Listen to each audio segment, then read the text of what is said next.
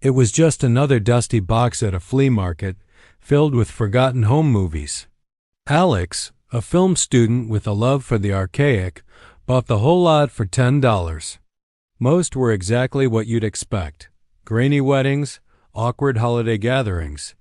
But one tape was different. It was unlabeled, the plastic casing cracked.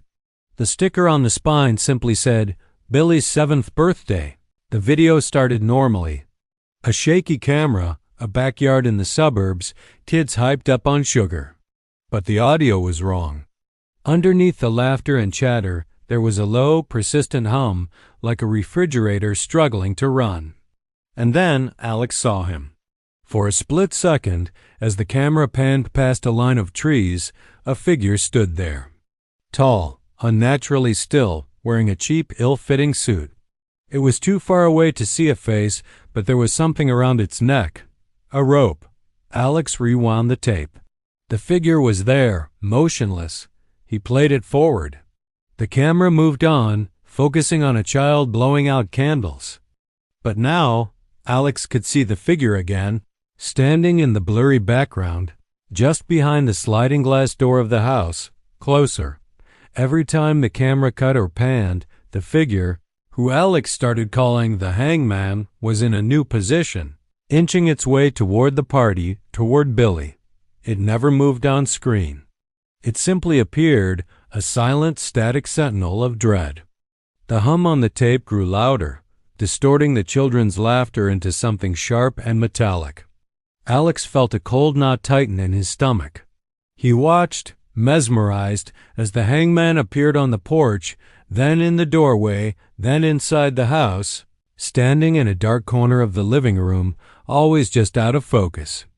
The partygoers were oblivious, their grainy smiles a stark contrast to the silent horror unfolding in their midst.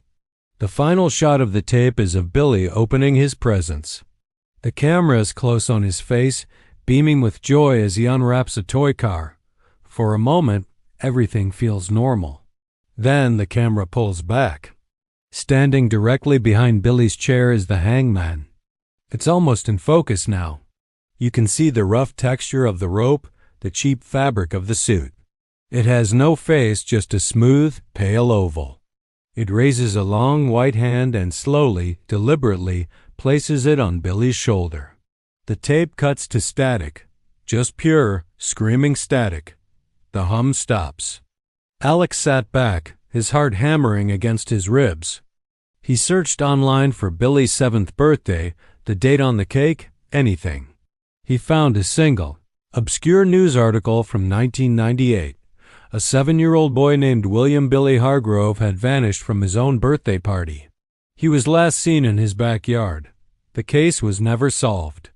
That night, Alex tried to sleep, but the low hum from the tape echoed in his ears. He kept seeing the tall, still figure in the corner of his eye. He got up and looked at the footage from his own security camera. There, in the corner of his darkened apartment, stood a tall, blurry shape.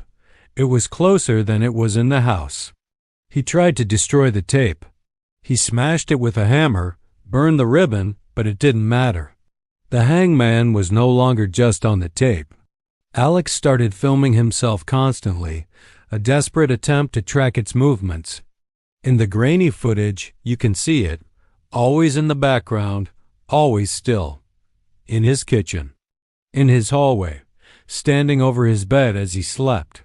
His final log is a frantic, whispered message. It doesn't move when you watch it. It only moves when you're not looking. But it's always getting closer. I think it wants to give me a gift. The footage cuts out. Alex was never seen again. And somewhere, in another dusty box, a tape is waiting.